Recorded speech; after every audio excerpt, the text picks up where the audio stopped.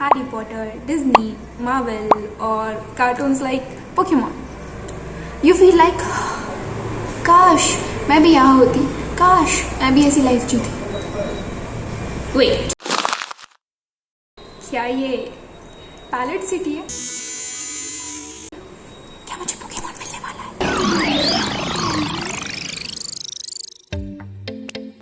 Pikachu. Pikachu? मेरे पास भी Pikachu है, तो क्या मैं भी पोकेमॉन मास्टर बनने वाली हूँ? Looks childish, right? But can you imagine people spend around $400, which is around 35,000 rupees, for Iron Man helmet? सही में? Now it doesn't look childish. We are so obsessed with media कि हमें ऐसा लगता है कि काश हम भी ऐसे कोई वर्ल्ड में रहते, का जैसे डोरेमोन की कोई गैजेट मिल जाता। सेम अगर आप डिज्नी की मूवीज़ देखते हो तो आपने देखा होगा कि वो कितनी कलरफुल होती है, so fancy, so dreamy. And ये एक्सपीरियंस लाने के लिए डिज्नी ने खुद डिज्नीलैंड बनाया। यू कैन सी कि जो कैसल हम एनिमेटेड मूवीज़ में देख रहे थे, वो कैसल डिज्नीलैंड में खुद बना है। And when we go there we just feel like oh my god, I am one of the Disney character. So जब कोई मूवी या सीरीज या शो बहुत फेमस होता है तो उसके मर्चेंडाइज बनने लग जाते हैं और वो भी बहुत फेमस हो जाता है। बट हम ऐसे ही उनके मर्चेंडाइज नहीं बेच सकते, इसके लिए हमें लाइसेंस लगता है फ्रॉम दैट पर्टिकुलर शो। जैसे अगर मैं मिकी माउस बनाना चाहती हूँ, so I have to take permission from Disney that give me license. और ये पीरियोडिक भी होता है, कॉन्ट्रैक्ट बेसिस पे भी होता है, it depends on what you are asking for. So ये टाइप ऑफ मार्केट को लाइसेंस मर्चेंडाइज बोला जाता है। सो लाइसेंस मर्चेंडाइज में सिर्फ मूवी या शोज नहीं होते, इवन स्पोर्ट्स एंड म्यूजिक भी इंक्लूड होता है। आपने देखा होगा कि इंडियन जर्सी कितने लोग पहनते हैं, इवन आईपीएल के भी अलग अलग टीम्स के अलग अलग जर्सीज मिलते हैं। Same for singing, you must have seen कि टेलर स्विफ्ट का अलग से खुद का एक प्रोडक्ट टीम भी है जहाँ पे she sales her merchandise.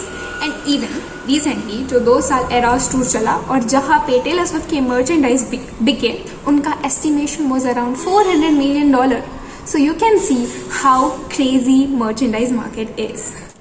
Business data के हिसाब से लाइसेंस मर्चेंडाइज का market is around $269 billion and they estimate कि अराउंड 2032 में ये मार्केट रीच करेगा $400 billion। So can you imagine license merchandise का मार्केट अभी और आगे कितना बढ़ सकता है। So here are some top companies जो लाइसेंस मर्चेंडाइज में अभी ट्रेंडिंग है, and these are the list. You can see ये लिस्ट में डिज्नी एंड पोकेमॉन आपको दिखेगा, and there are many of the companies जो लाइसेंस मर्चेंडाइज बेचती है। कोई मूवी या शो इतना फेमस होता है कि उसके मर्चेंडाइज भी फेमस होने लग जाते हैं, एंड समटाइम्स कोई प्रोडक्ट इतना फेमस हो जाता है कि उस पर मूवी बन जाती है। Can you think an example? Hi Barbie. Hi Barbie. Hi Barbie. Hi Barbie. Hi Barbie. Hi Barbie. Hi Barbie. Hi Barbie. Hi Barbie. I mean, you must have seen that film. First of all Barbie के products इतने trending हुए कि उस पर एक movie बनी, and अगर आप वो मूवी देखोगे तो यू विल फील लाइक कि सही में we are in Barbie land, जहाँ में वो क्रिएशन वैसे दिखाया गया है that even you can see जो सी वेव्स होती है वो भी प्लास्टिक जैसे दिखाई गई है। So wow that creation. But there is one thing to notice, कोई इंडियन मर्चेंडाइज इतना फेमस क्यों नहीं है?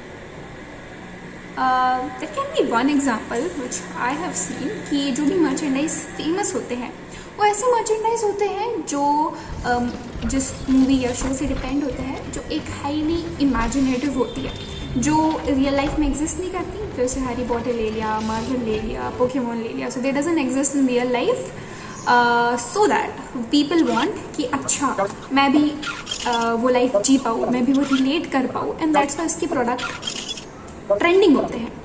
बट मुझे नहीं लगता ये भी एक अप्रोप्रिएट रीज़न हो सकता है, because you must know friends sitcom. Friends sitcom इतना फेमस हुआ, इतने लोग उसे देखते हैं, एंड ये सिटकॉम कॉफ़ी से लेके, मर्चेंडाइज से लेके, टॉयज से लेके, कपड़े से लेके, even Rachel's hair cut everything is so famous and everything people wants to do it. So ये शो में तो कोई imagination नहीं था, something which is beyond imagination or we can't try or something, but ये still चला. So is there any show जो Friends जैसा long lasting है और लोग relate कर पाते हैं and it's funny? I mean, मेरा favourite Indian show is Taarak Mehta Ka Ooltah चश्मा एंड आई नो आपका भी होगा. मेरे आपके हम एज के लोगों के लिए तारक मेहता इज़ समथिंग जो हमारा चाइल्डहुड हमें रिमाइंड करता है, जो हमें एक नॉस्टैल्जिया फीलिंग देता है. हर इंस्टाग्राम मीम्स फेमस है तारक मेहता के एंड ऐसा कोई ट्रेंड नहीं जो जेठालाल ने किया नहीं होता है. सो इवन टीवी में एंड इंस्टाग्राम पे तारक मेहता का उल्टा चश्मा इज रिसेंटली उन्होंने भी अपना अभी एक स्टोर ओपन किया है, TMKOC स्टोर, जहाँ पे main, women and even accessories provide होंगे. इंडिया में मैंने एक चीज़ ऑब्जर्व की कि हम मूवी कैरेक्टर से ज़्यादा मूवी एक्टर से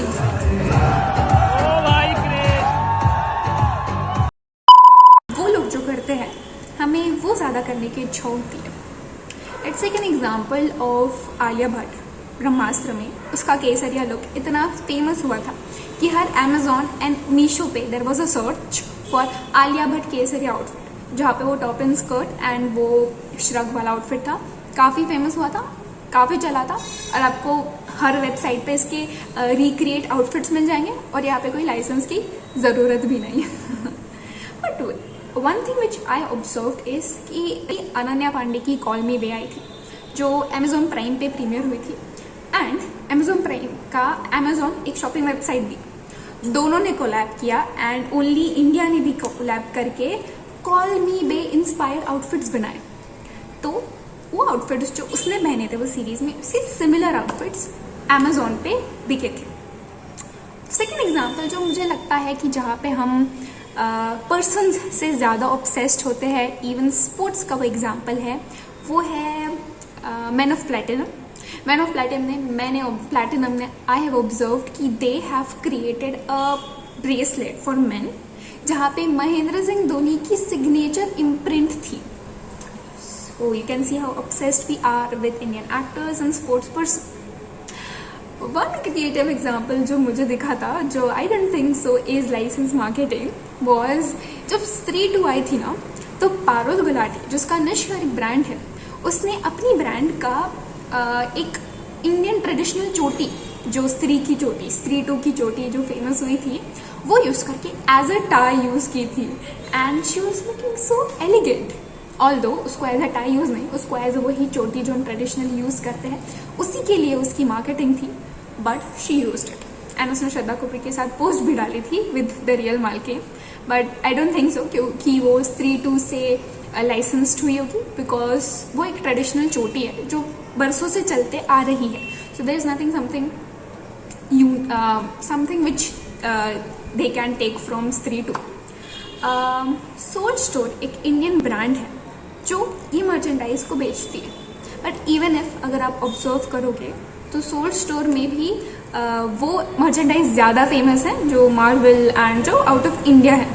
this very minimal about Indian merchandise. Mostly India के मर्चेंडाइज अगर हम सोल्ड स्टोर में देखेंगे तो स्पोर्ट्स एंड IPL के ही है, कोई शो से रिलेटेड नहीं है. थोड़ी रिसर्च पे आई हैव ऑब्जर्व कि रावण, एक पुरानी फिल्म शाहरुख खान की जो आई थी, उसके उन्होंने भी अपने मर्चेंडाइज निकाले थे, बट वो भी उतने फेमस नहीं हुए. सेम बाहुबली के अभी भी मिलते हैं. बाहुबली की एक ऑफिशियल वेबसाइट भी है जहाँ पे वो वहाँ पे स्वॉर्ड, बाहुबली की तलवार, और ऑफिशियल उनकी बुक भी है and there was some different merchandise as well, but still उतना क्रेज नहीं है.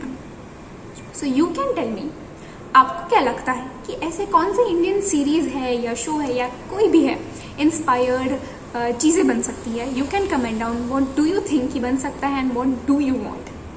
ऑल्सो यू कैन शेयर कि आपके पास ऐसा कौन सा मर्चेंडाइज है कोई मूवी या शो से related. Let me show mine.